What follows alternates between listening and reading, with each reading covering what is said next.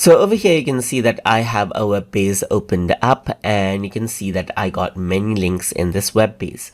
So let's say what I want to do is I don't want to actually go around and then go to this web page, but I do want to copy its link address so that I can save it somewhere.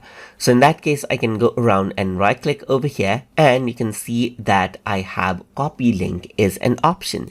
If I were to go around and copy the link, now on my clipboard, the link is copied.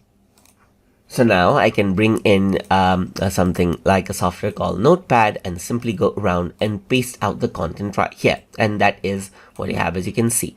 Similarly, I can go around and copy out another link. Let's say, for example, I'm simply going to go around and copy out this particular link right here. Then I can go around and paste it over here as well. So let's just go around and paste it. And you can see that I got another link right here. So I can go around and copy it out right here. So you can see that open source project is here. There's Google right here. So I'm just going to go around and copy out the link right here. And then I'm going to go around and paste it out right here.